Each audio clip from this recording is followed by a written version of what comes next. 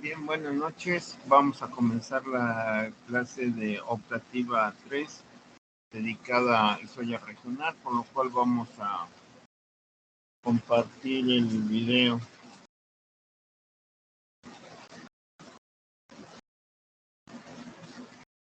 Ya se cargó la pantalla, le damos clic. Me voy a pestaña Chrome. Y lo primero que vamos a ver...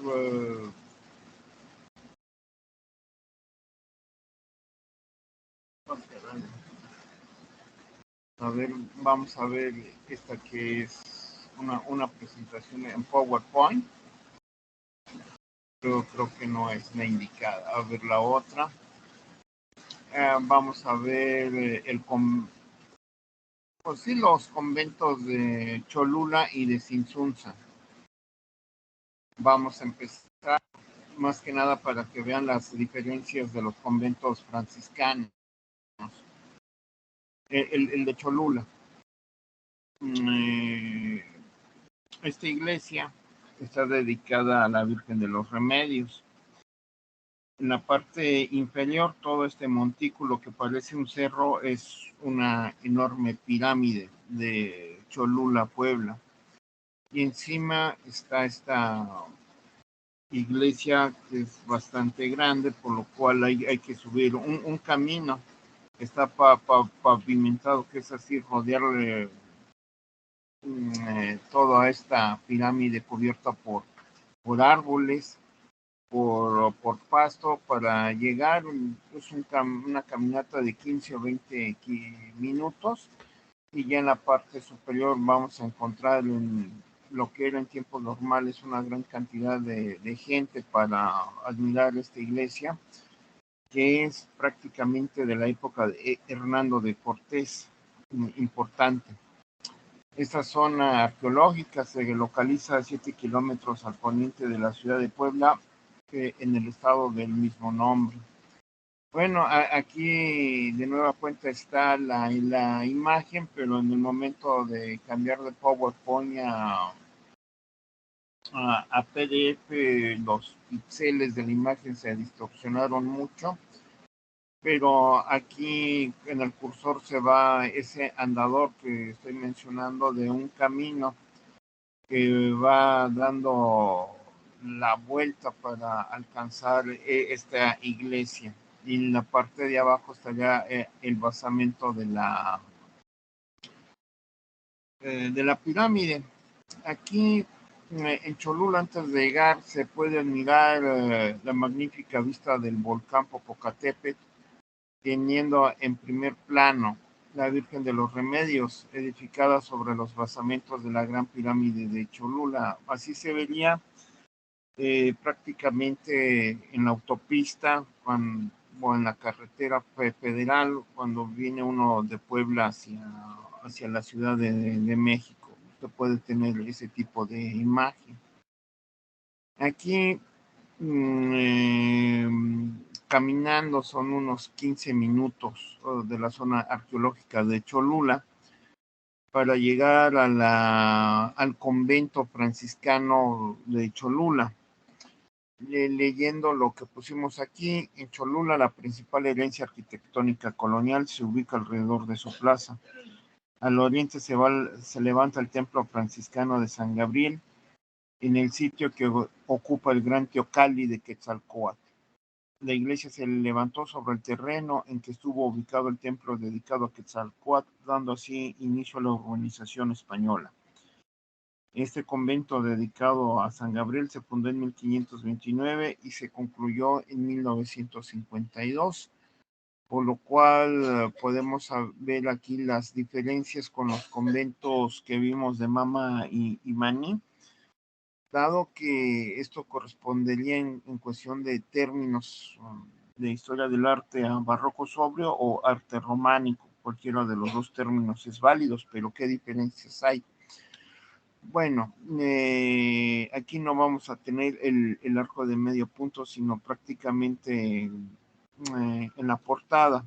En el pórtico vamos a tener dos jambas que serían pilastras adosadas, y prácticamente en vez de tener el arco de medio punto tenemos una línea vertical para la entrada del pórtico.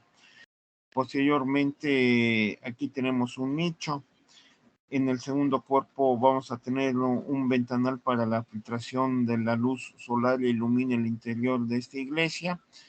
Y como ustedes pueden ver, no hay ornamentación, no hay columnas, no hay pilastras, no hay nichos, por lo cual se maneja arte románico o barroco sobrio. Y el remate tenemos un frontón al estilo griego, y todo lo que tenemos aquí y de este lado siguiendo el cursor son almenas.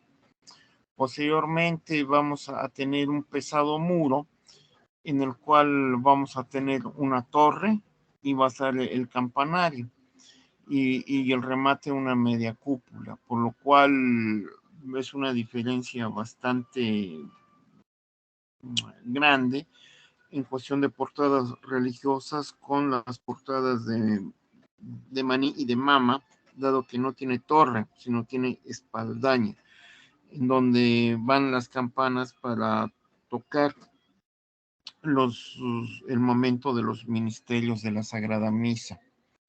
Y ya es una diferencia bastante grande.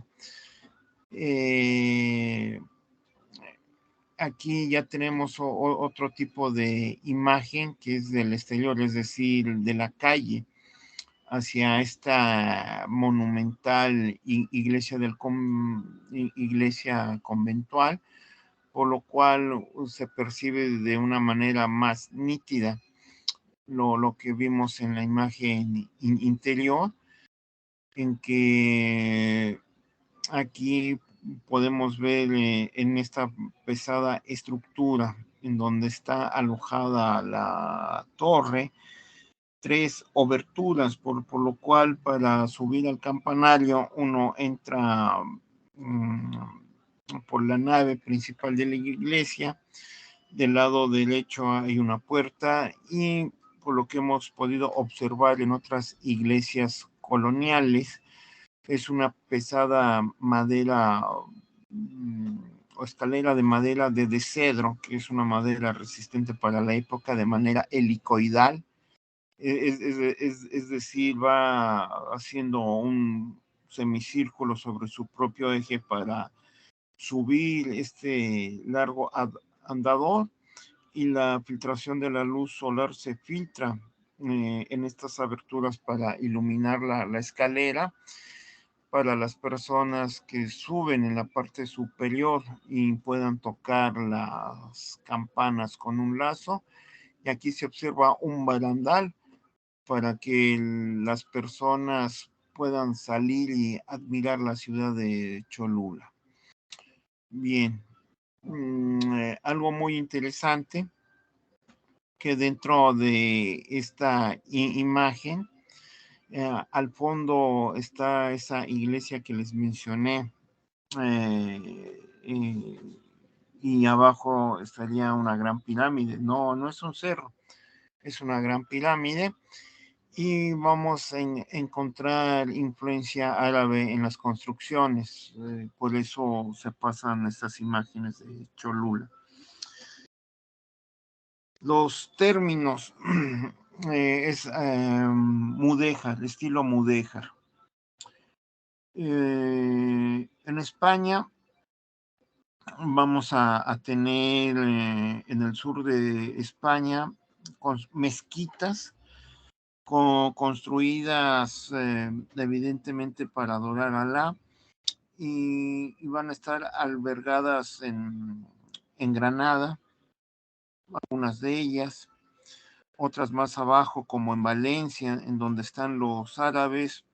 Para esta parte se recomienda leer el libro del poema del Mío Cid, en donde Rodrigo del Vivar, en la Edad Media, ataca a los árabes y les causa derrotas para expulsarlos de España.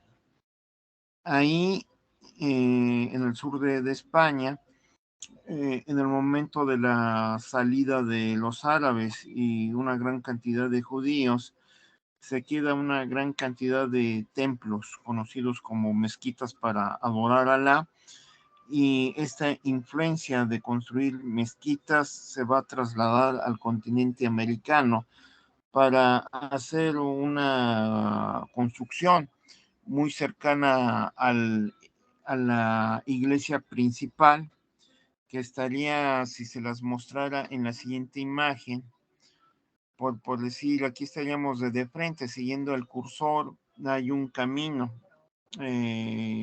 Todo esto es un enorme jardín con árboles.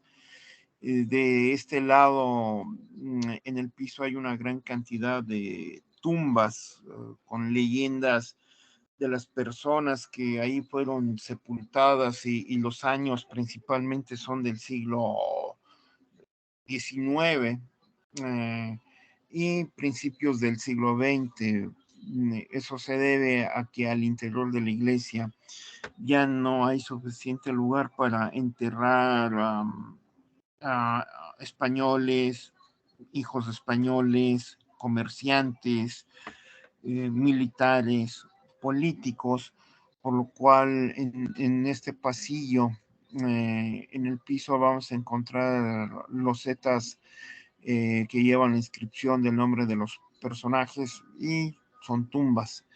Y al fondo vamos a encontrar un templo dedicado a la Virgen de Guadalupe, pero en la parte superior vamos a encontrar una gran cantidad de pequeñas cúpulas con remate de linternillas para la filtración de luz solar y ilumine el interior de este templo, por lo cual es de bóveda estilo mudéjar, porque tiene una variedad de cúpulas, una media naranja prácticamente, se conocen así con esta terminología, para albergar prácticamente las imágenes que vamos a ver estarían prácticamente relacionadas con ese estilo mudéjar, que esta sería la parte interior del templo. Como pueden ustedes observar, vamos a encontrar un tipo de columna no circular, sino hexagonal, un hexágono de 7 lados, enmarcado por un capitel dórico, muy sencillo, un dintel, esto es un dintel, y el peso de estas pequeñas bóvedas van a estar soportadas en una larga cadena de este tipo de estructura arquitectónica, por lo cual podemos observar que este templo dedicado a la Virgen de Guadalupe estaría aquí, siguiendo el cursor, para tener una gran diferencia de construcciones.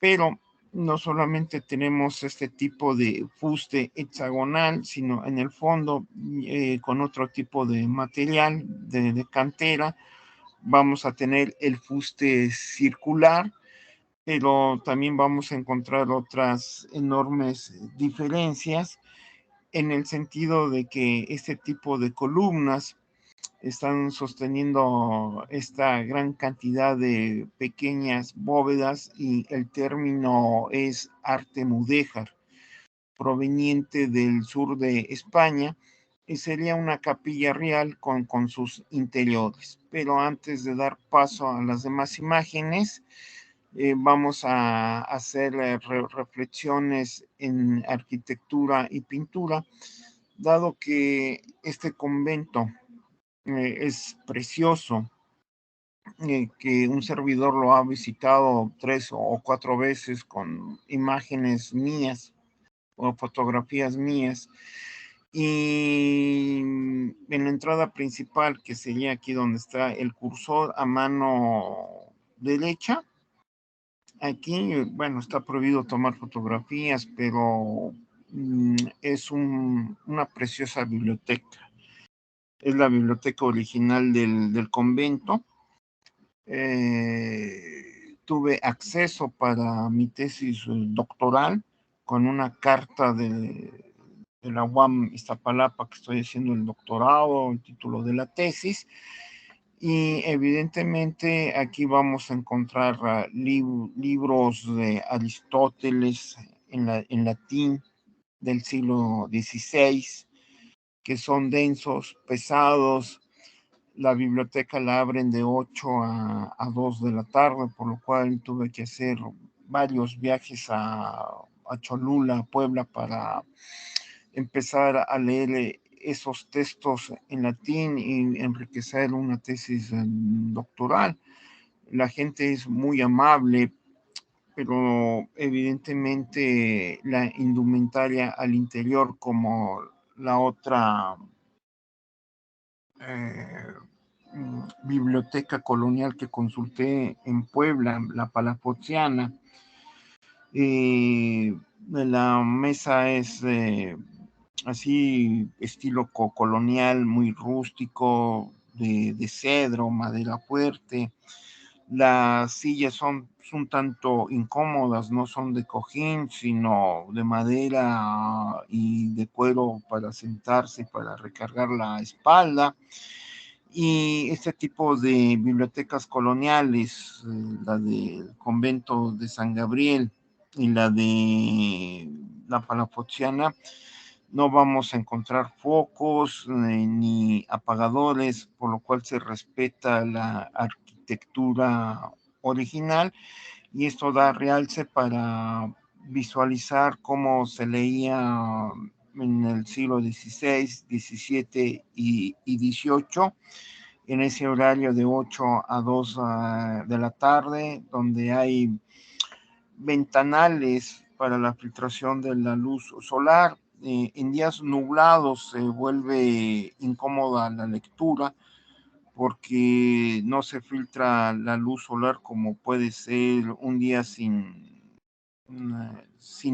nubes. Al contrario, cuando hay nubosidad, el cuarto no está al interior bien iluminado y la lectura se complica un poco al no tener energía eléctrica.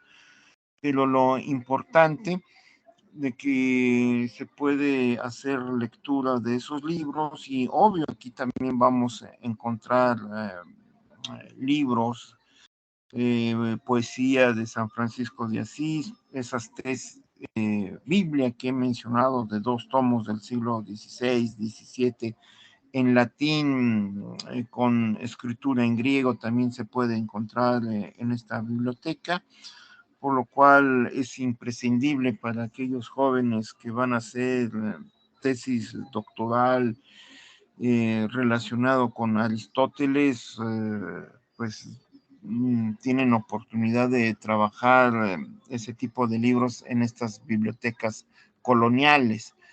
Y, y vamos a encontrar este tipo de dibujos. Algunas, y como he mencionado, en algún momento está prohibido tomar fotografías, por lo cual, pues en este caso sí se tuvo que hacer acceso al internet para dar prácticamente por derechos de autor lo que se vio por internet.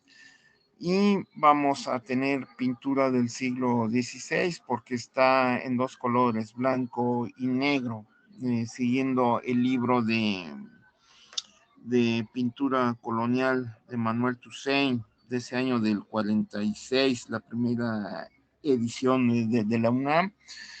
Vamos a tener prácticamente la muerte en ambos lados, coronada, con 2 fémuros en forma de cruz y la calavera, y una serpiente de cascabel. La muerte, el mal es el diablo, pensando en el libro del Génesis, en el Edén, en el momento en que Adán muerde la manzana y Eva lo va simplemente convencerlo que una vez que muerda la manzana va a ser igual a Dios, pero está promovida por el mal que está representado en el libro del Génesis por una serpiente que habla a Eva incitando de que vayan al manzano para comer la fruta prohibida que dijo Dios que no comieran de esa fruta, pero rompen lo que Dios le dijo. Y Eva insinuó a Adán para comer esa manzana y parecerse igual a Dios. Adán muerde la manzana y aparece Dios enojado, los expulsa del paraíso y a la serpiente la manda a la tierra para que hasta el fin de los mundos se arrastre en la tierra por haber incitado a Eva para que hablara con Adán y comieran del manzano. La muerte representada por una cascabel y aparece igual la muerte, un esqueleto completo con arco y flecha, por lo cual el mal son las tribus indígenas que no han sido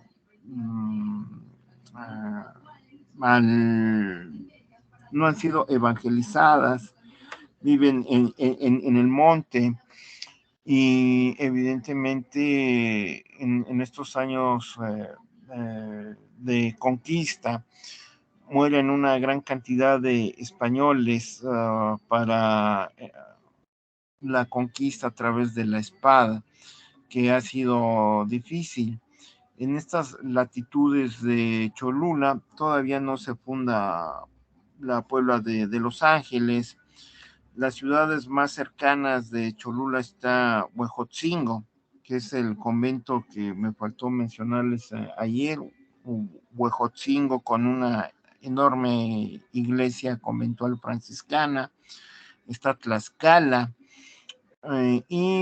y Texcoco, serían las poblaciones de españoles, república de españoles, y alrededor de estas urbes españolas están evidentemente las ciudades o urbes conocidas como república de indios, pero es evidente que en la parte superior están dos leones y obvio el escudo del Imperio Español ha sido borrado.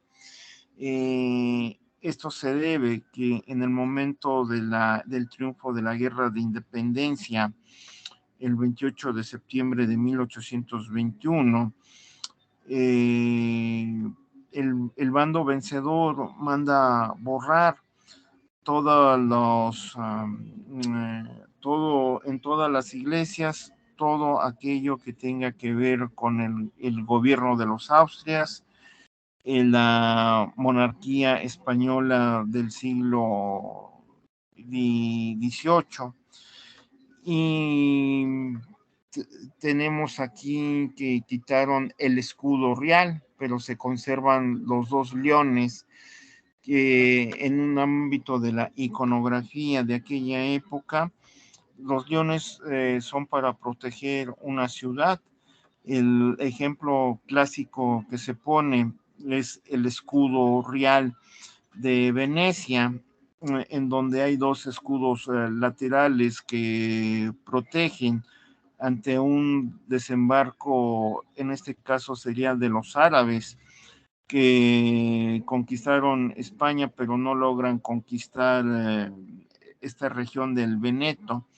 Y Venecia está al norte de la actual Italia, por lo cual es un símbolo no solamente de Venecia, sino de los reinos católicos al tratar de poner de manera lateral estos leones para la protección de su reino. Posteriormente, en los detalles de esta pintura mural y bueno, antes de la restauración y después de la restauración, vamos a tener un jaguar, como ustedes han visto en las civilizaciones mesoamericanas. No importa si son aztecas, mayas, totonacas, en este caso los cholultecas. El jaguar es símbolo de fertilidad,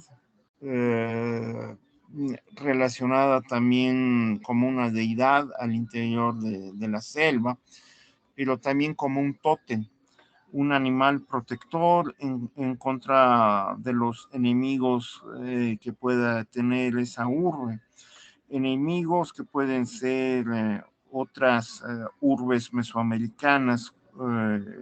Los ejemplos clásicos que se ponen en la altiplanicie del Valle de México es la guerra florida que tienen los aztecas en contra de los tlaxcaltecas antes de la llegada de los conquistadores españoles. Estaríamos hablando del posclásico, año 1500-1511, en donde hay una gran sequía debido al fenómeno del Niño. Es un tema ya estudiado y hay una variedad de libros sobre fenómenos naturales en la época prehispánica, y el Niño es una ola de calor que viene desde el Pacífico, desde la altura prácticamente de San Francisco.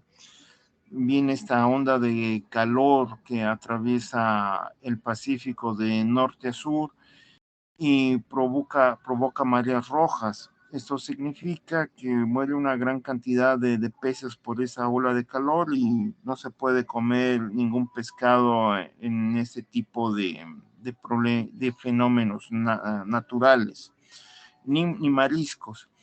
La ola de calor al llegar a las costas actuales de Michoacán, de Guerrero, Colima, penetra la onda de calor tierra adentro, por lo cual provoca grandes sequías, y al tener grandes sequías viene la crisis hambruna, muerte por hambre, por lo cual hay un pacto entre estas dos civilizaciones, tlaxcaltecas y mexicas, conocida como la Guerra Florida, es capturar en ambos bandos a sus enemigos para llevarlos a la piedra de los sacrificios y ofrecérselos al dios solar, Tonatiuh, para extraer el corazón de sus víctimas, y los guerreros que mueren sacrificados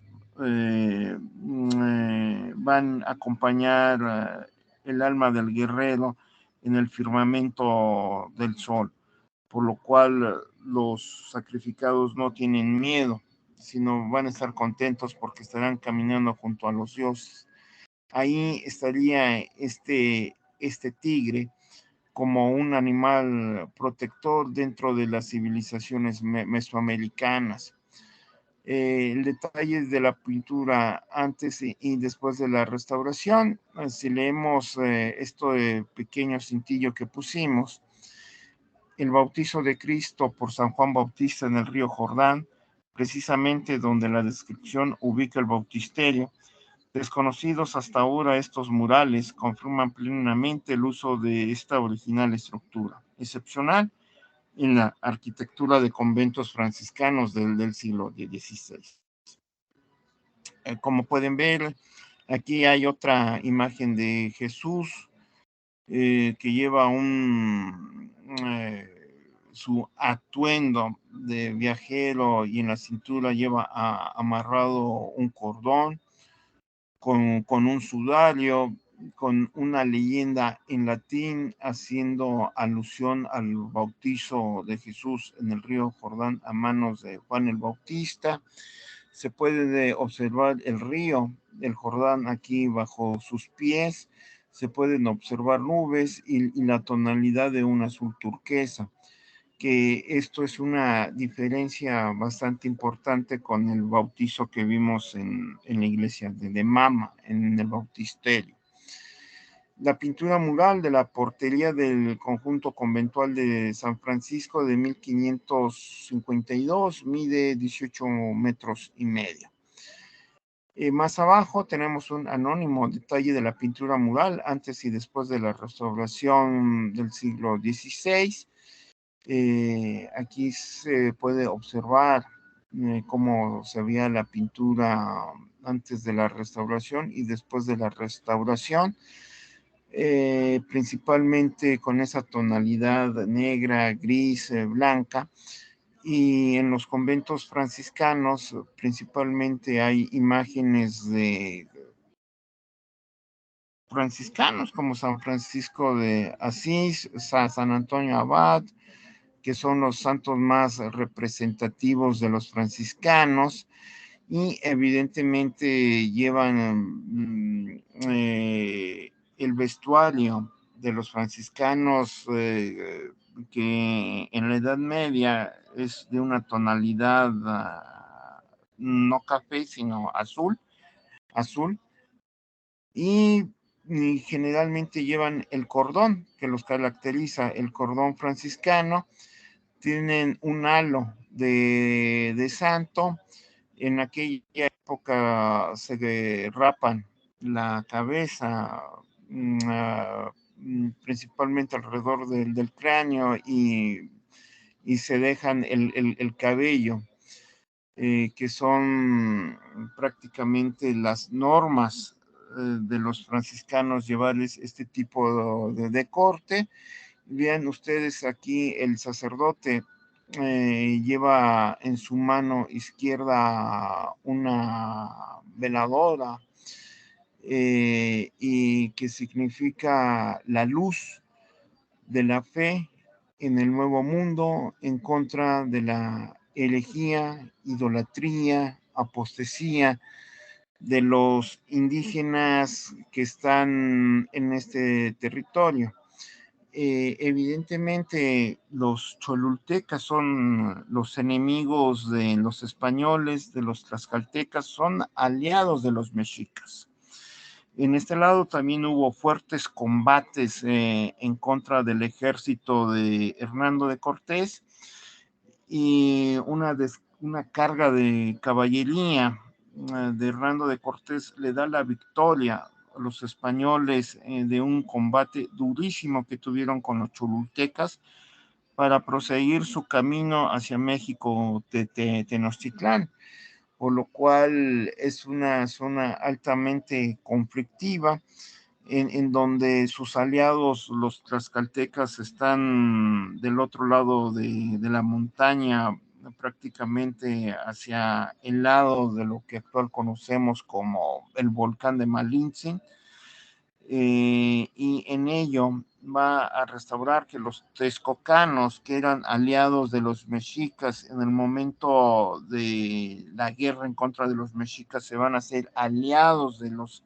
españoles, y otros aliados van a ser una diversidad de poblados que están alrededor del valle del lago de Texcoco y Valle de México, que se llaman matlatzincas, que tienen este tipo de lenguaje diferente a los nahuas, y que también van a ser aliados de los españoles, y se hacen los aliados para quitarse el yugo que tenían de los mexicas.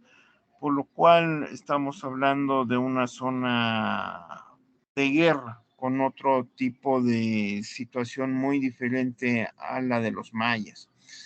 El detalle de los muros, cómo estaban muy maltratados, y en el momento de la restauración, que les ponen argamasa, arenisca blanca, con agua para evitar maltratar con yeso o con cemento, que no sería recomendable, paredes originales del siglo XVI. Aquí tomamos esta imagen para que vean ustedes que es una larga cuadra. Evidentemente hay que tener, sí, buena condición física para caminar todo este trecho, y vemos aquí la entrada hacia el convento franciscano, que es de los más grandes, junto con Tzintzuntzan y con Izamal. Son los conventos más grandes de la Nueva España de los franciscanos. Sería la barda atrial. Aquí tenemos una imagen, por decir, uno entra en la entrada principal y una vez que pasamos la barda atrial vamos a encontrar toda esta, todo esto que se conoce como el atrio. Del lado derecho la iglesia de San Gabriel. En el fondo vamos a encontrar esa capilla de arte mudéjar, y en la época colonial esto fue un gran cementerio, y en la época de Benito Juárez, en la guerra de Reforma, lanza un decreto en 1861 en donde es claramente específico las leyes de reforma de Juárez en el momento de la guerra civil conocida entre liberales y conservadores, que inicia en 1859, se va a alargar a 1861, 1862, la llegada de las tropas francesas, y se va a extender, la guerra se va a hacer mucho más dura. Los franceses apoyados por los conservadores.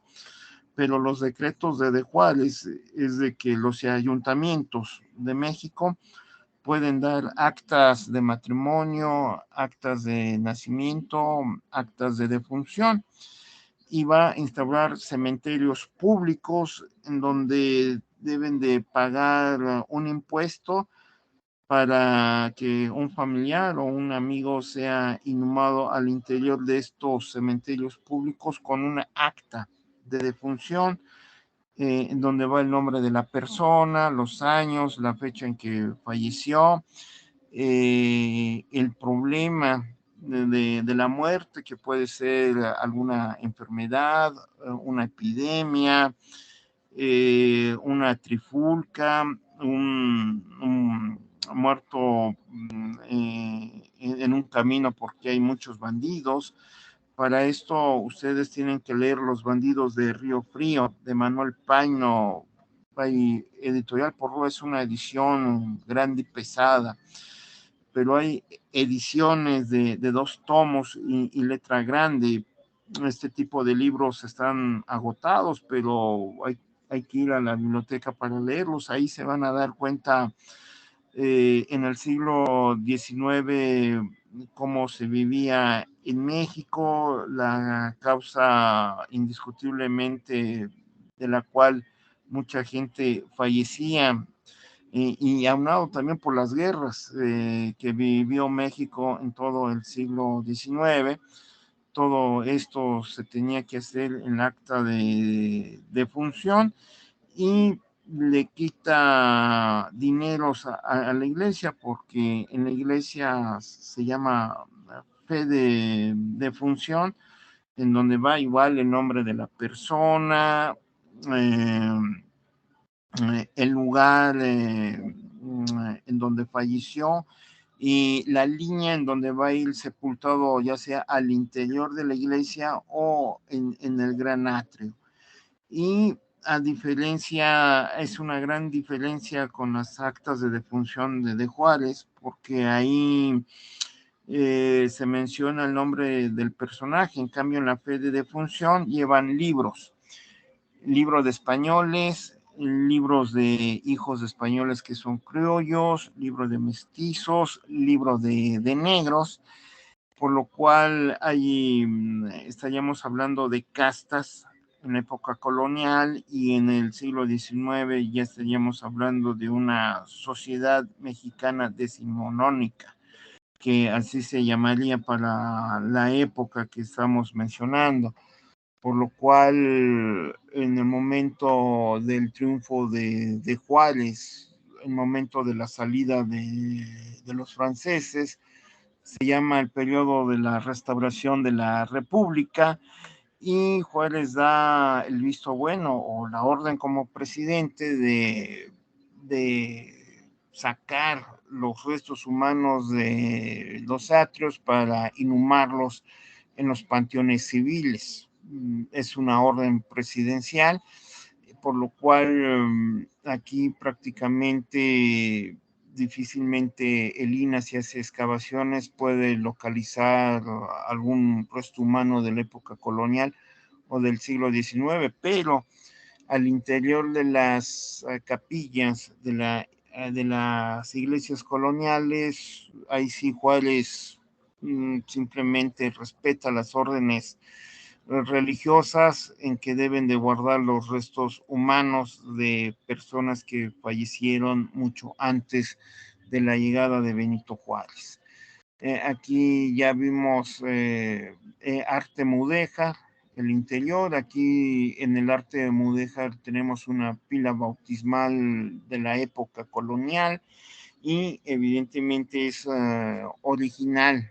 Y como pueden ustedes observar en esta capilla, los únicos que pueden ser bautizados son los españoles y los hijos de los españoles, mientras los indígenas eran bautizados en el atrio de manera de aspersión, y conforme va avanzando el siglo para llegar a la época de la Ilustración, sabemos de que aquí en la pila bautismal ya se pueden bautizar negros o esclavos, mestizos, indios. El régimen de la iglesia ha cambiado mucho de la época de la conquista, siglo XVI, la época del barroco, siglo XVII, y la época de la ilustración en la Nueva España, pero hay que precisar las fechas. Para eso ustedes requieren una gran cantidad de lecturas. Les puedo dejar un libro de Ernest Cassirer, que es filósofo, que pueden leer la ilustración del Fondo de Cultura Económica, en donde dice que el periodo de ilustración para Europa es 1700, para el Nuevo Mundo es 1750, un desfase de 50 años, y Ernest Cassirer da una serie de ejemplificaciones, dado de que es en cuestión de tiempo 50 años, porque las leyes borbónicas llegan de manera tardía al Nuevo Mundo, por eso tenemos esa diferencia. Y leer el clásico libro sobre las leyes borbónicas de David Braden, igualmente del Fondo de Cultura Económica, dado que David Braden introduce cuestión legislativa, económica, política, social, y pone de ejemplo la minería mexicana hacia el norte de México. Es el ejemplo histórico que pone David Braden para este tipo de temas. Aquí ya tenemos una foto. Entonces, vean prácticamente esto que vemos aquí, este rectángulo de influencia ostrogoda, es la nave principal, un rectángulo. Y aquí vemos este estilo de columna circular de fuste prácticamente pues redondo por la circunferencia de este tipo de arquitectura, con capitel dórico, el dintel y el peso prácticamente de la bóveda. Y aquí recuerdan el comentario que les hice sobre arquitectura medieval al finalizar la sesión. Tenemos estas pequeñas cúpulas, los ventanales para la filtración de la luz solar. Como pueden ver, hay candiles que no están iluminados. Estaríamos hablando aquí como 2 de la tarde aproximadamente. Es la luz natural que ilumina todo el interior de esta capilla de arte mudéjar. Y tenemos estos pesados arcos de herradura, y las pechinas son estos triángulos. estos triángulos. Tenemos el dintel. El dintel no es circular como en nuestras iglesias. Sería de 8 lados un octágono, porque vean aquí esta línea vertical, luego esta perspectiva tiene un doblez, otro doblez que se pierde por este arco de herradura. Entonces tenemos muy bien delineado el dintel, el friso, para tener una bóveda al interior de esa cúpula, y las pechinas, que es este triángulo. Este triángulo son 4 pechinas, aquí tenemos 2 del lado verso. En el anverso tendríamos otras 2 pechinas, por lo cual estaríamos hablando de una geometrización al interior de las iglesias que provienen del arte gótico. Pero aquí no hay arte gótico, lo que tenemos es arte árabe, como les acabo de mencionar. Bien, ¿alguna duda o comentario? Si no, proseguimos. La capilla real, los exteriores. Esto que vemos aquí que sobresale del muro se llama contrafuertes. El contrafuerte es para sostener y no se derrumbe toda la pared hacia el exterior o hacia el interior. Esto ya estaríamos hablando de la iglesia de San Gabriel. Como ustedes pueden observar, este tipo de piedra no es caliza, sino sería especie de tezontle por el color rojo, dado que recuerden la fecha, 1528, hay un acuerdo entre franciscanos, que es la primera orden que viene a México, y Hernando de Cortés, para desmantelar todas las pirámides en los territorios conquistados por los españoles, para destruir la pirámide, la urbe indígena, y levantar templos religiosos auspiciados por la fe del mundo franciscano, y atacar la idolatría del mundo indígena, que adoraban a sus antiguos dioses. Y aquí es una buena imagen porque tenemos prácticamente la cúpula. En Mérida, si han estado en la Catedral de Mérida o estado en Mama o en Maní, tenemos una bóveda de cañón corrido y posteriormente bóvedas del gótico con aristas. Cuando estamos en la Catedral de Mérida, vemos la parte superior con nuestra vista, y no tenemos la bóveda corrida como en Mama o en Maní, sino desde el pórtico hasta el altar, la bóveda es de aristas, que proviene del arte gótico, por lo cual tenemos una gran diferencia. ¿Por qué? Porque en Chetumal, bueno, en Chetumal no hay iglesia colonial, lo más cercano es Bacalar, pero desde Bacalar, que es iglesia colonial, hasta Boca Iglesia, que estaría enfrente de Isla Mujeres, no hay ninguna cúpula en las iglesias, ni en las iglesias convento. En la ruta de los conventos, Oxcuscat, Maní, Tiabo, yo no vi ninguna cúpula. Estoy en la Catedral de Mérida, no hay cúpula. Cúpula es esta media naranja, lisa. Esto es arte barroco sobrio. Más adelante voy a poner otro tipo de imágenes para que vean el tipo de cúpulas de influencia árabe. Esta cúpula no tiene nada de influencia árabe y evidentemente es barroco sobrio porque está lisa, y el remate de esta cúpula es una pequeña linternilla para la filtración de luz solar e ilumine al interior del templo, por lo cual vamos a tener esas diferencias de arte barroco. Por eso de suma importancia que vean las diferencias de otras regiones de México, y no estoy tocando la Ciudad de México ni tocando Puebla, sino estoy tocando Cholula. que es una ciudad más antigua que la propia Puebla de Los Ángeles. Para eso, yo recomiendo el libro que lleva ese título de Cholula en la época colonial de la Universidad Autónoma Metropolitana, Unidad de Iztapalapa, la doctora Palma.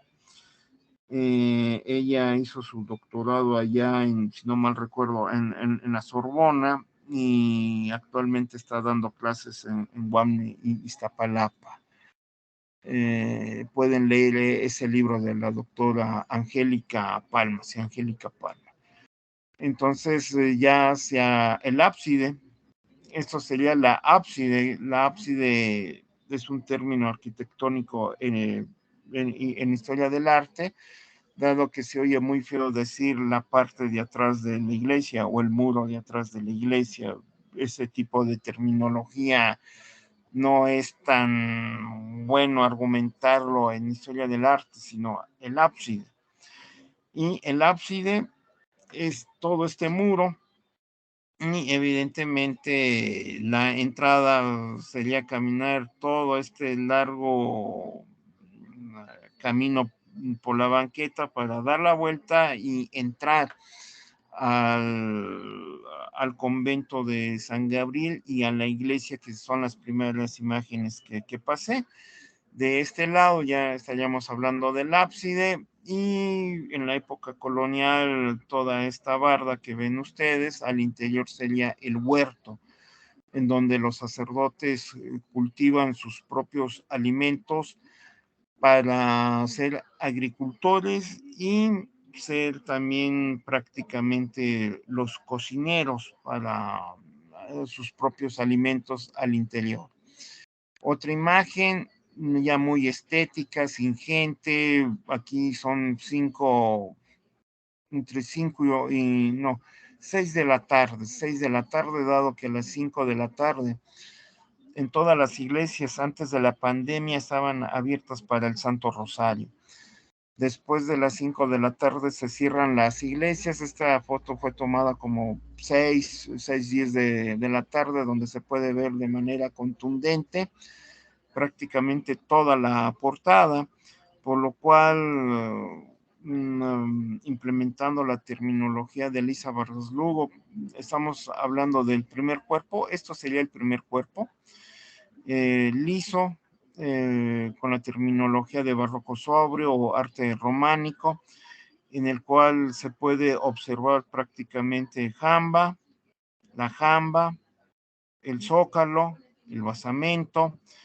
Ni siquiera es un arco de medio punto, sino una línea vertical para tener una especie de un cuadrado en el pórtico para la entrada al recinto sagrado. Y a los extremos vamos a tener pilastras adosadas con esta terminología de zócalo, basamento, pilastra adosada, adosada, un capitel dórico.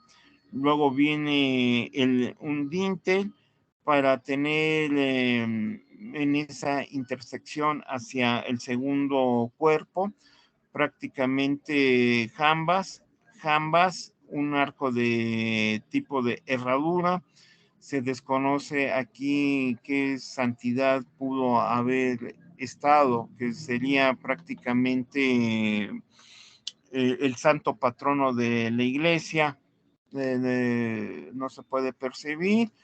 Luego tenemos acá otro dintel, y tenemos de remate en la parte superior, prácticamente serían dos especies de pinículas, y se observa de remate una cruz.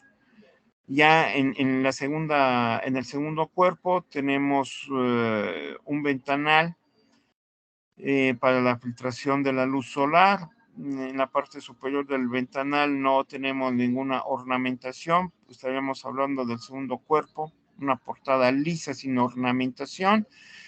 Y aquí se va a dividir con un pequeño dintel y el remate es un frontón romano con almedas, que sería prácticamente relacionadas con el arte románico.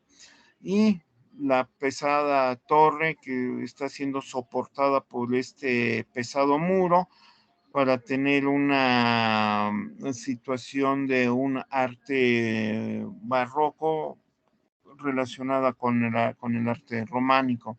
Del lado izquierdo tenemos una pesada torre y el remate va a ser un casetón, y en este casetón vamos a tener dos círculos para la filtración de la luz solar e ilumine todo este casetón, pero aquí tenemos una red hidráulica.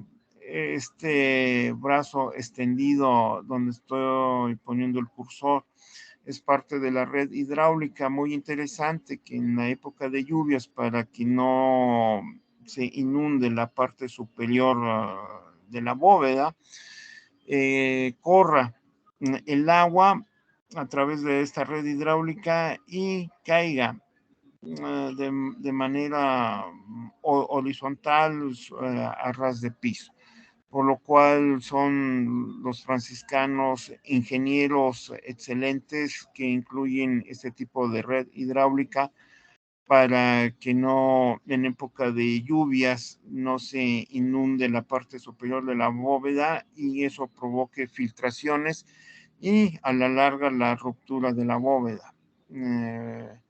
Aquí tenemos otra parte del convento franciscano con personas y dudas que tengan. No hay dudas, entonces vamos a ver una vuelta de 360 grados, el segundo templo franciscano más grande de la Nueva España, que son tres: Tzintzuntzan, Michoacán. Para llegar a Tzintzuntzan, buenos provenientes de Mérida, si tienen suficiente recurso económico para tomar un avión, sería de Chetumal a la Ciudad de México, y de ahí, si tienen los recursos, tomar el otro avión, sería Aeroméxico, de México a Morelia, pero nada más que el aeropuerto hacia Morelia son 2 horas de camino y ya te gastaste 12,000 pesos en dos boletos de avión. Bueno, como están los costos hoy en día, posiblemente sean esos 12,000 pesos, y nada más de ida, y te falta el regreso a Chetumal, por lo cual lo más conveniente es tomar el avión de Chetumal a México. De México salen unos autobuses a la central de Poniente, ves una hora de camino con un intenso tráfico. La hora de llegada de Volaris a México sería como a mediodía, 1 de la tarde, con un fuerte tráfico. No importa si es lunes, domingo, miércoles, todos los días hay tráfico en México, para llegar a la central del Poniente y agarrar ya sea el ETN o la línea, que son autobuses de 2 pisos, para un largo camino de 5 horas. Pero ya te ahorraste un boleto de avión, y para la gente que no está acostumbrada a este tipo de orografía o de pasaje, de vista del paisaje, pues le va a agradar porque son bosque de coníferas, llano, se ve el ferrocarril que viene de Toluca hacia Morelia o viceversa, que es un tren carguero pitando, ya cambia el sonido, que eso no se tiene en Chetumal. Y van a ver del lado derecho en la carretera el lago de Cuitzeo. Señas que estamos entrando a Mérida y faltaría 1 hora de camino, y la gente ya disfrutó de un largo viaje en autobús para entrar a Morelia. Y de Morelia podemos descansar ahí en un hotel céntrico En un auto o en un taxi son 15 minutos. Quedarse en un hotel céntrico para disfrutar la Catedral de Morelia, alimentos que no se tienen en Chetumal, comer un sabroso guisado en la variedad de puestos, ya sea de lujo que hay en los hoteles o cerca del mercado que puede llegar uno caminando, disfrutar de la noche, la iluminación de la catedral y lo interesante que a las 6 de la tarde en el parque donde está la catedral hay gente vestida a la usanza de la Nueva España que venden boletos para obras teatrales que se exhiben 9 de la noche y 8 de la noche se hace un recorrido para explicar las leyendas de Morelia, como la mujer dormida, el jinete sin cabeza, o paseos, andan 3 de la tarde ahí en el centro de Morelia por 60 pesos, muy económico, para dar un recorrido a las iglesias coloniales céntricas de Morelia y los pueden llevar al acueducto que está hacia las salidas hacia la Ciudad de México. Un rico atole con tamales que no hay en Chetumal, dormir ahí, al otro día tomar el taxi, pero no dirigirse a la central de autobuses, sino sería dirigirse a donde están los autobuses de segunda y de ahí tomar el autobús que va a Pátzcuaro, Tzintzuntzan. Tomar ese autobús, las corridas son cada 30 minutos y ya bien desayunado, estar en Tzintzuntzan y lo primero que hay que visitar son las pirámides.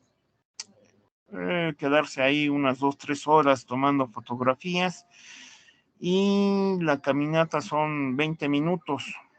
Hay que llevar buena condición física y van a entrar directamente por el camino pavimentado, los va a llevar directo hacia el templo franciscano.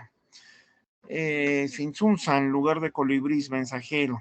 Sus construcciones dan testimonio al poderío tarasco del año 1200 a.C. hasta 1521, cuando ya las tierras contiguas están siendo conquistadas por los españoles.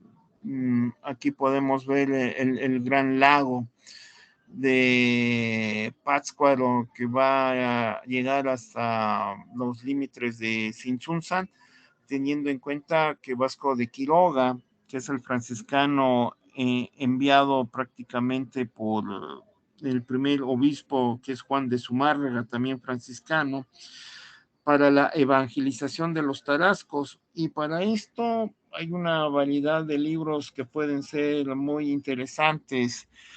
Uno de ellos es el de Delfina, no recuerdo ahorita su apellido, pero es Delfina, que es una historiadora de la UNAM. La señora debe de tener más de 80 años, que hace un trabajo sobre Michoacán, Tzintzuntzan. Tiene que ser leído de manera obligatoria para trabajar estos temas de conquista y evangelización. Hay otro libro de mi maestro Felipe Castro, un maestro bastante duro en la UNAM. Él sí reprueba en la UNAM y lo conocen muchos estudiantes, incluyendo de doctorado, que es un doctor que si no utilizas el lenguaje apropiado de la época colonial, te puede dar un voto negativo en pleno examen de licenciatura o maestría, incluso a nivel doctoral. Por eso mucha gente le tiene miedo y pavor cuando uno menciona que tu lector es Felipe Castro. Él está en el Instituto de Investigaciones Históricas de la UNAM y da clases de México colonial, conquista, siglo XVI, y tiene un libro precioso que se llama Tarascos, siglo XVI, hay que leerlo. Warren, que es un historiador estadounidense proveniente de Tulane, que se enamoró de una tapatía y la tapatía ya no lo convenció para que se quedara en México. Y lo primero que hizo fue pedir trabajo a la Universidad Michoacana de San Nicolás de Hidalgo, y por ser americano con documentos de doctor de Tulane, le dieron una plaza en automático y escribe un libro sobre tarascos, obviamente editado por la Universidad Michoacana de San Nicolás de Hidalgo. Es otro clásico, son 3 libros clásicos.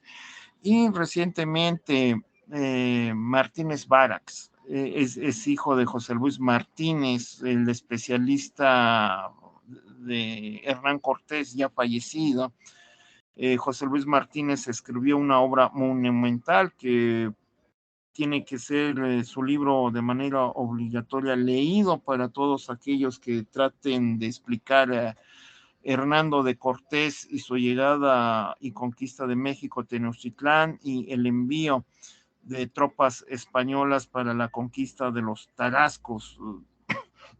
Hay que leer a José Luis Martínez. El libro está publicado por el Fondo de Cultura Económica y su hijo Martínez Barax. Él estudió en la Escuela Nacional de Antropología e Historia, la carrera de etnohistoria. Luego se fue a estudiar a la UAM Iztapalapa, la carrera de historia y su doctorado. Y actualmente es catedrático de la ENA. Entonces tenemos situaciones interesantes de un personaje que, si visitó la UNAM, fue como alumno externo, tal vez para tomar clases para la época en que está él, posiblemente haya tomado clases déjenme ver, para la facultad para esa época. Edmundo Gorman ya falleció, eh, pero le pudo haber tocado Elisa Vargas Lugo, mi maestra, eh, Felipe Castro, que también fue mi maestro. Entonces trae una disciplina bastante dura Martínez Barax, y tiene un libro relacionado con la lengua del Gran Michoacán, que es su tesis doctoral, publicada por el Fondo de Cultura Económica. Son libros gruesos de 500 hojas para podernos adentrar a la Gran Michoacán, y 4 libros obligados. Hay que leer los 4 para tener un conocimiento amplio de lo que vamos a tratar.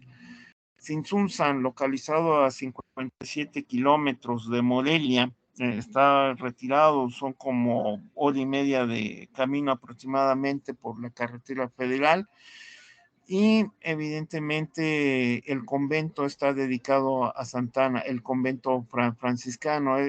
Aquí sería la plazoleta principal, y lo interesante que hay indígenas tarascos que venden artesanía para darle una remembrancia totalmente diferente. Las imágenes que estoy pasando es de mi primer curso de historia del arte. Las imágenes originales, cuando estuve aquí entre 2013 y 2014, en mi año sabático, visité Tzintzuntzan un par de ocasiones. Todas mis fotografías están allá en mi cubículo, allá en Chetumal, pero evidentemente tenemos 2 capillas abiertas, a diferencia de, de Maní, que teníamos capilla abierta y capilla posa. En este tipo de recintos estaríamos hablando de una comunicación de este tipo de capillas hacia el exterior para el mundo indígena. Serían tarascos, igualmente como en otras latitudes que les mencioné de Cholula, de Mama y de Maní. En el siglo XVI, los frailes franciscanos bautizaban a la multitud por aspersión, para poner una gran cantidad de personas bautizadas con el nombre de María o de Juan o de Pedro, que es lo más usual en los primeros años de la evangelización. Las piedras son de las pirámides destruidas de los tarascos para levantar estos muros que tenemos aquí. Jamba, un arco de herradura. Del otro lado tenemos a mi mano izquierda jamba, un arco de herradura. Vamos a tener el interior para que nos va a llevar prácticamente hacia la capilla abierta, y de este lado este arco nos va a llevar hacia el pórtico para entrar al convento. La otra capilla abierta está como a 10 metros de distancia, y si hay oportunidad se las puedo mostrar. Aquí está la otra capilla abierta que está a 10 minutos de la principal, es decir, es caminar a mano derecha, siguiendo el cursor, cruzar el pórtico, que es la entrada al convento, atravesar por la parte exterior la iglesia del siglo XVI dedicada a Santa Ana. Nos va a llevar a un rectángulo. Atravesando ese rectángulo nos va a llevar a un patio bastante interesante, dar vuelta a la derecha, y en el momento de dar vuelta a la derecha encontramos esta capilla abierta del hospital. Es de 1619 y ya vamos a encontrar diferencia con una capilla de 1500, sin Sunsan, de 1521, 1532 aproximadamente. Entonces, esta capilla, como pueden ver, prácticamente tenemos no columna, sino otro tipo de construcción, pilastra adosada, pilastra no adosada, lo que significa que no está pegada al muro, pero en términos de historia del arte es pilastra no adosada, pilastra no adosada, pilastra adosada, que sería prácticamente un jamba, pilastra no adosada, pilastra no adosada, capitel dórico, capitel dórico, capitel dórico, capitel dórico, el dintel, dintel, dintel, dintel, arco de medio punto, arco de medio punto, arco de medio punto, arte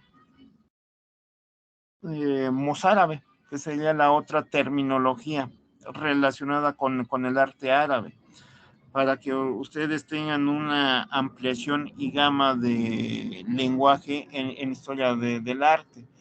Este tipo de arte, como ya indiqué, proviene del sur de España, en donde está relacionado con las mezquitas árabes. Tenemos contrafuerte. Estos contrafuertes es para sostener el muro exterior, el muro interior, y prácticamente tenemos el altar mayor de esta capilla. Y este tipo de escalinatas es la ascendencia al cielo hacia la Nueva Jerusalén, representada por las capillas e iglesias coloniales. La iglesia de la Soledad, que estaría a un costado, a mano derecha de la iglesia del convento de Santa Ana.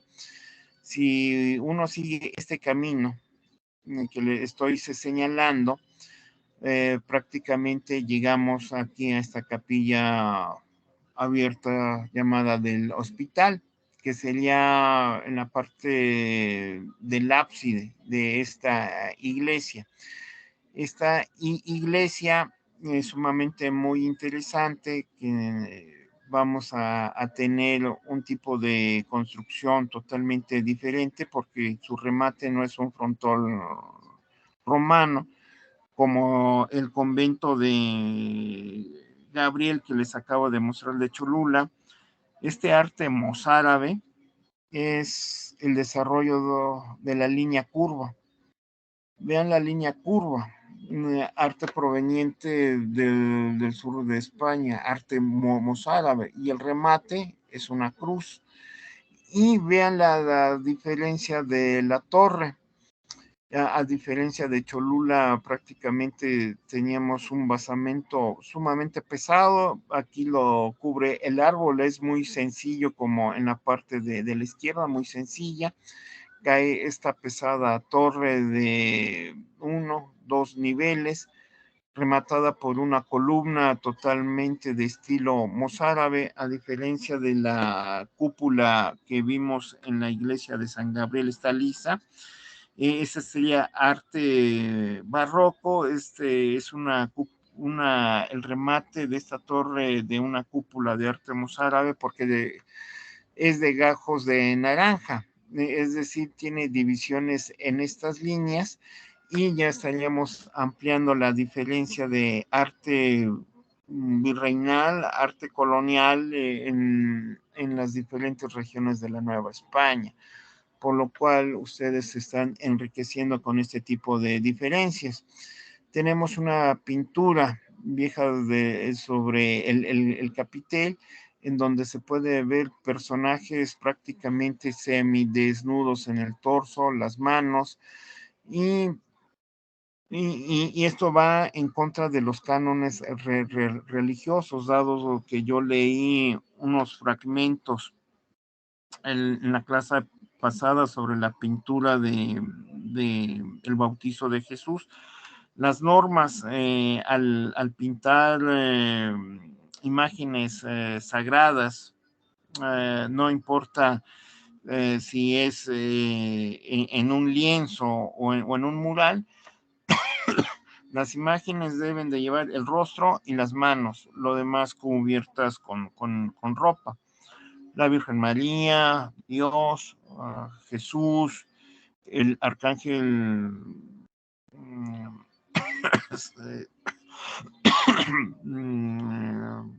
San Miguel, pero ahí fue una escultura. Aquí tenemos un personaje con el rostro, el brazo descubierto con la mano y el dorso prácticamente desnudo. El atrio de la iglesia no es un altar, sino este tipo de atrios se llama epiciclos. Están relacionados con un arte del siglo XIX, dado que en la época de la Guerra de Independencia se incendiaron una gran cantidad de atrios del enojo de los indígenas en contra de los españoles, después de la Guerra de Independencia, 1821. Aquí evidentemente tenemos pilastras estípites, escuchen el término pilastras estípites.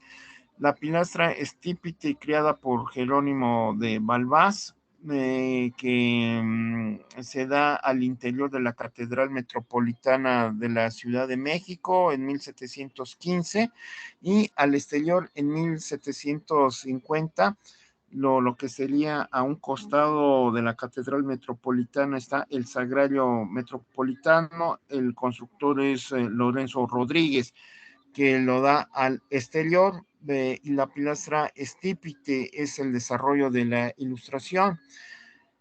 Siguiendo a mi maestra Elisa Vargas Lugo, es la geometrización del cuerpo humano. ¿Qué significa esto? Tenemos el zócalo, el basamento, un rombo, que serían los pies, un cubo, que sería parte del tórax.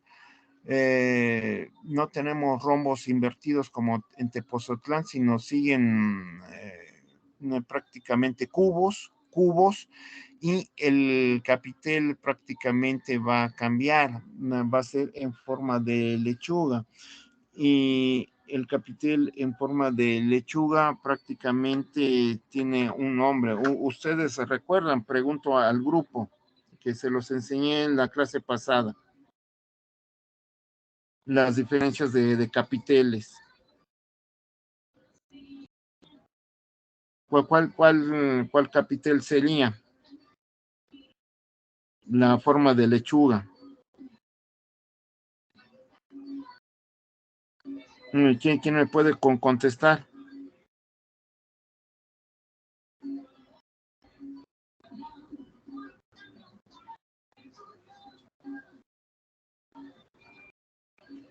Es capitel corintio.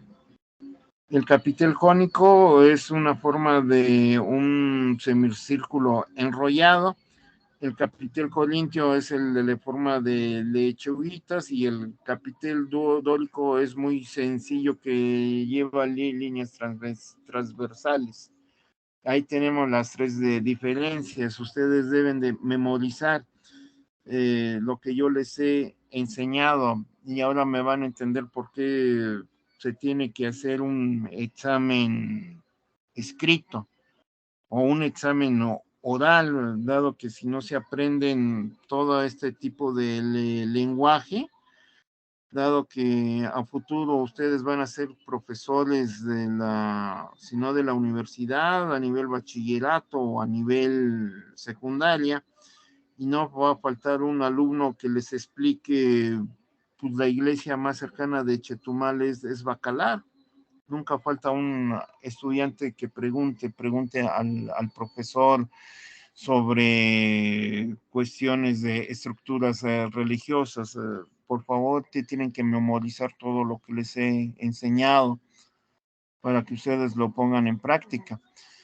Ya prácticamente hacia el interior o exterior hay un pequeño olivo. Este es un viejo olivo con más de 400 años, que sería prácticamente un enorme atrio del convento de Santa Ana, que es un lugar impresionante. Por decir, este sería parte del convento, con un atrio bastante enorme. Como ya he mencionado, en la época colonial fue un gran cementerio, y con el triunfo de los liberales, con la guerra conocida como las leyes de reforma de Benito Juárez, es una promulgación para extraer los cuerpos de los atrios y sepultarlos o reinhumarlos en los cementerios municipales, por lo cual hoy en día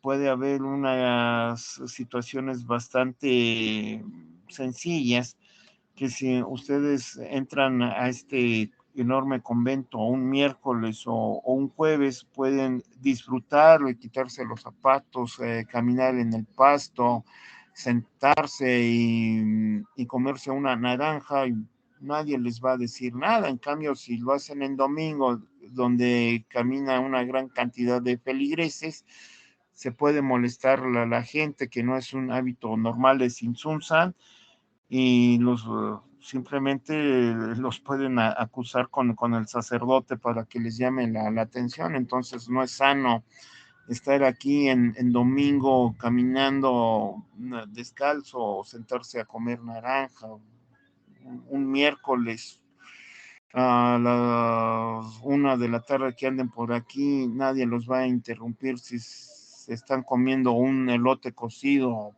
tampoco nadie los va a molestar.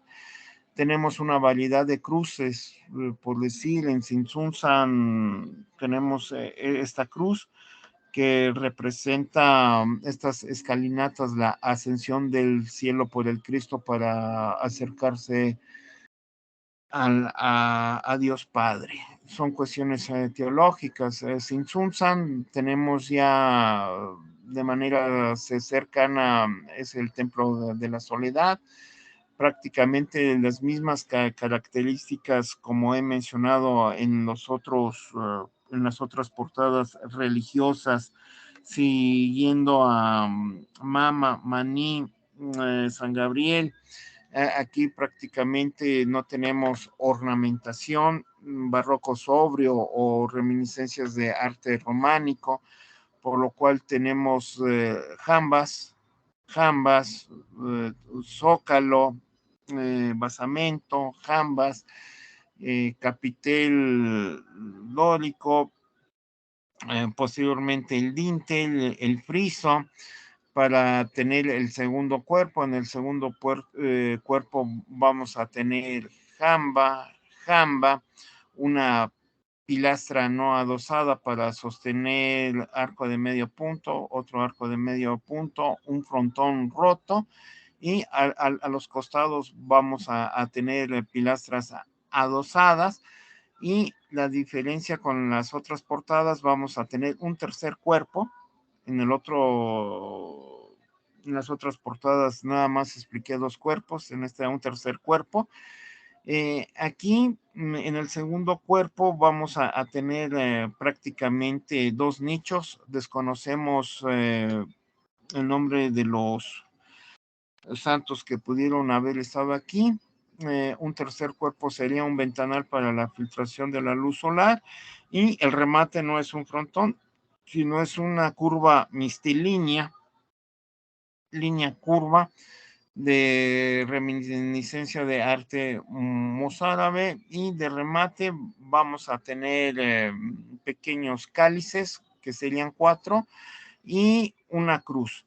Por decir, la cruz es el Cristo, la fe de Cristo que se apodera del Nuevo Mundo para la evangelización de los indígenas, en este caso los tarascos, mediante su mano bendita y ejecutora, que van a ser los franciscanos.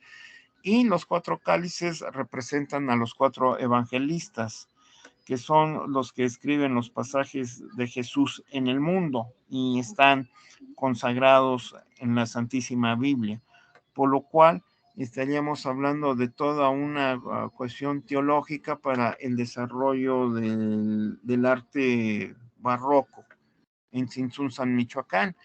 Aquí, muy importante, porque estaríamos hablando de la fachada de la iglesia de Santa Ana, por lo cual vamos a tener jambas.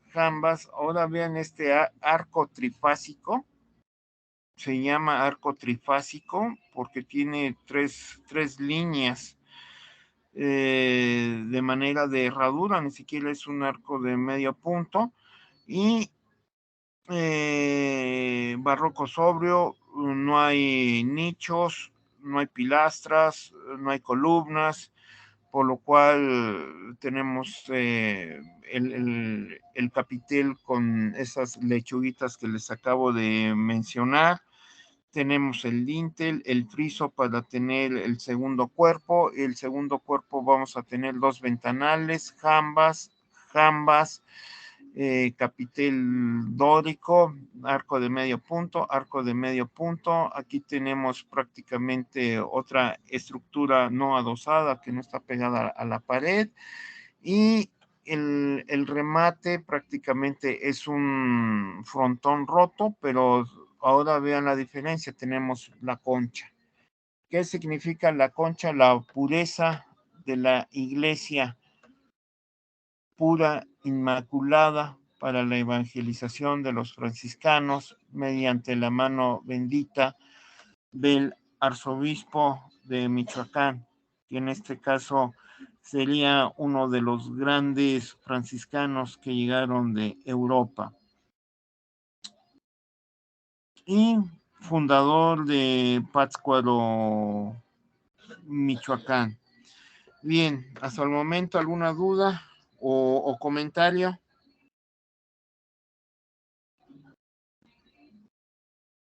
Podemos proseguir al interior.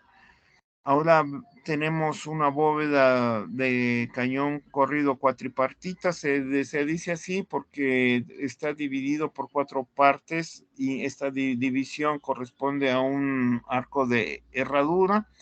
Para hacer esa división está coloreado de múltiples colores: blanco, azul cielo, azul claro, para tener posteriormente al interior lo que sería una sola nave rectangular. A los costados vamos a tener prácticamente pequeños altares, y En el altar principal, la Santísima Virgen, llamada de los Dolores. Se dice así a esta imagen porque tiene el hábito negro, y la Virgen María en el atuendo de la Virgen de los Dolores es porque está sufriendo, su corazón ha sido roto y lastimado al ver a su Hijo Jesús crucificado, y cuando fallece, evidentemente es un mar de llanto y de lágrimas, por lo cual ustedes en teoría de la historia se debe de trabajar la historia del llanto, que es la escuela proveniente de los anales de Lenz, un libro de editorial crítica, en donde nos hace la referencia que hay que estudiar este tipo de situaciones a través de la psicohistoria para poder establecer una relación. ¿Por qué la lágrima de una persona? La lágrima puede ser por un dolor, alguna enfermedad, una epidemia, o la persona va a fallecer, o al tener un familiar muerto. Y en el caso de la Virgen María, están los pasajes de la Biblia de los 4 evangelistas, en donde se habla el dolor de la Virgen María al ver el castigo tremendo que está sufriendo Jesús en el momento de que lleva la pesada cruz al monte Calvario, y los soldados romanos le están dando latigazos y las 3 caídas para llegar al monte, y los soldados romanos lo van a crucificar con esos pesados clavos que le rompen las manos, los tendones de las manos, los tendones de los pies, y posteriormente levantarlo. Y sabemos que los crucificados, para que mueran rápido, con un enorme garrote de madera les fracturan las piernas para que caiga su pesado cuerpo y revienten los pulmones por dentro, al no tener un descanso en los pies, y la persona muera por asfixia. Pero Jesús no fallece así, sino exhala antes, pidiéndole a Dios de esa muerte misericordiosa para el bien de la humanidad, y viene un eclipse y un temblor de tierra, y esto está en las Sagradas Escrituras, y la gente que vio esto alude de que mataron al Hijo de Dios. La Virgen María está llorando con Magdalena, y posteriormente viene un soldado romano y le pica en una de las costillas para autentificar que Jesús ha muerto. Pero antes de estos pasajes, los soldados romanos le dan de beber un líquido, vinagre, con unas esencias especiales para aminorar un poco el dolor fuerte que tiene Jesús. Y Jesús, entre la muerte y la somnolencia de ese brebaje especial para los crucificados, fallece. Por lo cual, ustedes tienen que leer a Ernest Renan, La vida de Jesús, que es un historiador francés del siglo XIX, para ver al Jesús humano, a un Jesús de carne y hueso que habla arameo. La Virgen María habla arameo, que es la lengua perdida de Jesús. Bien, y solamente los únicos que hablan esa lengua hoy en día son los jesuitas. Al interior del convento franciscano, elegido en 1555, en donde en la dirección, aquí está el fundador de Pátzcuaro, Vasco de Quiroga, primer obispo de Michoacán, en un lugar en donde la iglesia del convento, en donde se va a elegir prácticamente la primera catedral de la región, y Vasco de Quiroga fue comisionado para evangelizar a la comunidad de los purépechas, y también en un complejo, en la construcción de un hospital. Todo esto relacionado con la construcción de este majestuoso lugar. Y pueden ustedes ver aquí que hay una enorme cúpula y que esta cúpula de tendencia prácticamente mozárabe es porque es una media naranja con gajos, así sería la descripción en Historia del Arte, rematada con una linternilla y con una cruz, por lo cual es una diferencia de cúpulas que hemos visto.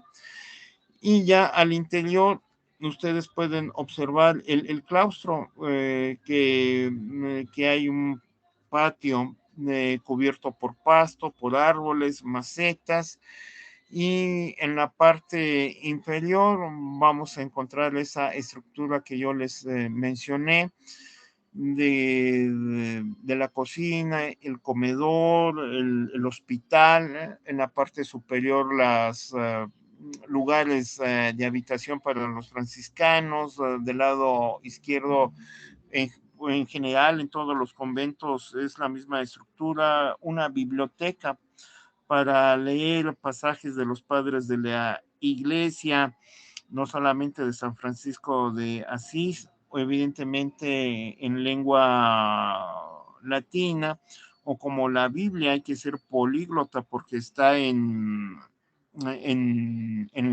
latín, hebreo y griego, por lo cual los sacerdotes franciscanos son políglotas.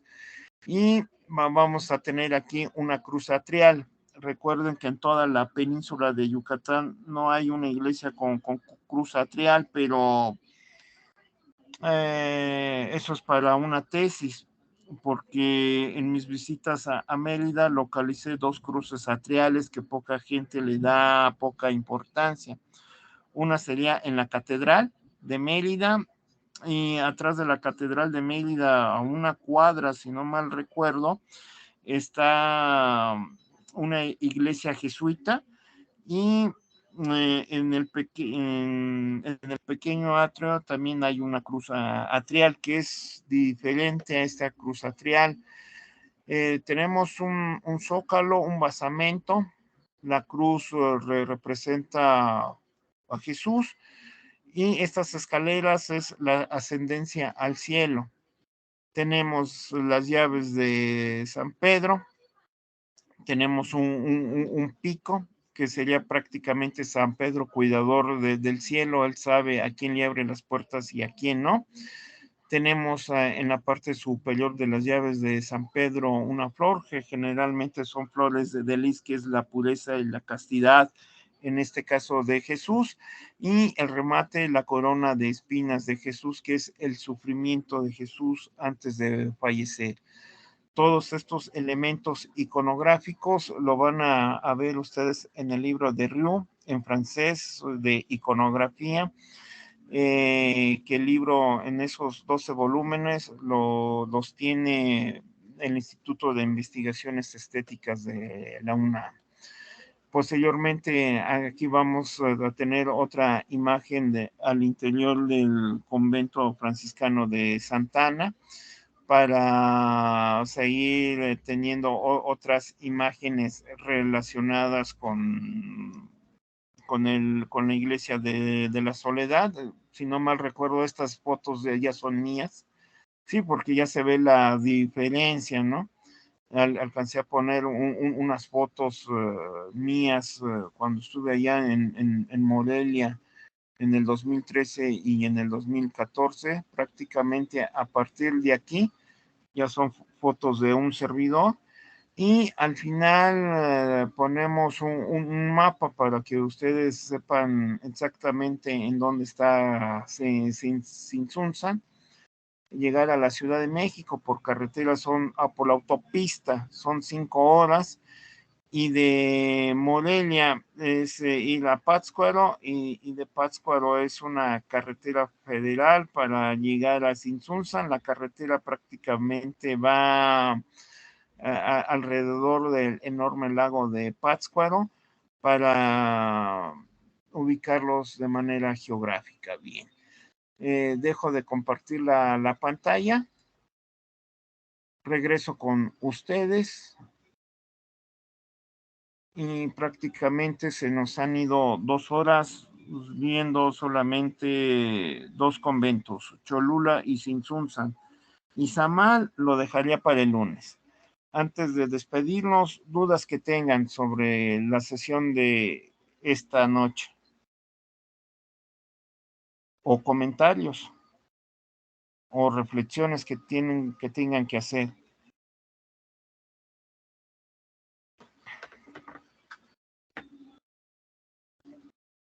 Bueno, si no tienen dudas o comentarios, la importancia de poner estas imágenes, estaríamos rompiendo con la historia regional, y para mí es básico que ustedes como estudiantes de humanidades conozcan una variedad de estructuras religiosas que hay en otras latitudes del actual México, y que evidentemente los conocedores de arte barroco se las deben de pasar a los estudiantes para no quedarse solamente con la región, y que los estudiantes imaginen que ese tipo de arte regional que tenemos en la costa oriental de Yucatán, que es el actual estado de Quintana Roo, imperó en todo Yucatán, o que también imperó, como en los casos de Cholula, Tzintzuntzan,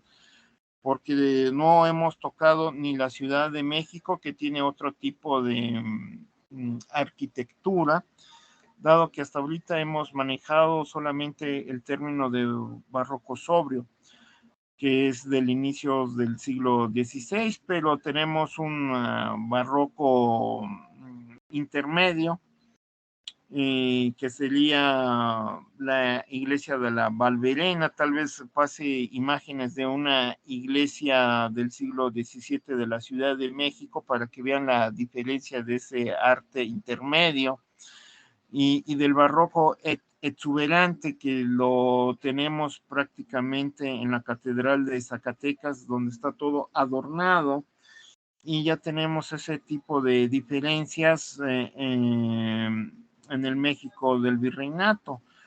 Pero este rompimiento de la columna va a estar en el barroco sobrio, en el barroco intermedio, en el barroco exuberante, y el rompimiento es la pilastra estépite, que ya lo mencioné. Recuerden las fechas: Jerónimo de Balbás, 1716, al interior de la Catedral Metropolitana de la Ciudad de México, se da por primera vez la llegada de la pilastra estípite, y al exterior sería con Lorenzo Rodríguez, el arquitecto del Sagrario Metropolitano de la Ciudad de México, que está a un costado de la catedral. En la fachada principal tenemos la pilastra estípite, y con esto se da el rompimiento del barroco en la arquitectura. Pero a finales, por decir 1790, a finales del siglo XVIII, es un retorno a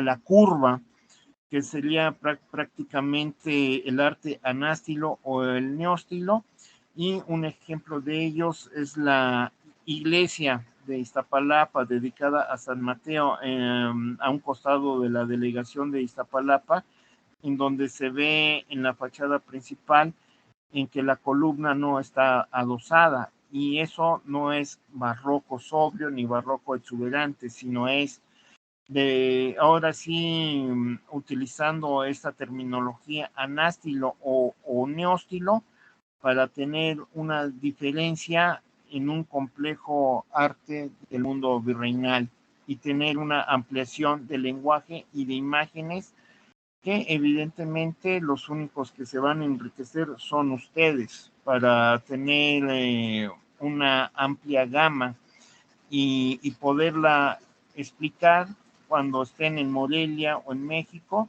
o inclusive cuando vayan de visita a Mérida o a Campeche. Bien, son las 9:57. De mi parte, prácticamente estaría concluyendo la clase de este día. Espero la hayan disfrutado, y nos veremos el próximo lunes para trabajar el otro templo franciscano grande que nos hizo falta, Izamal. Hasta luego, que tengan buena noche. Y dejo de grabar. Hasta luego.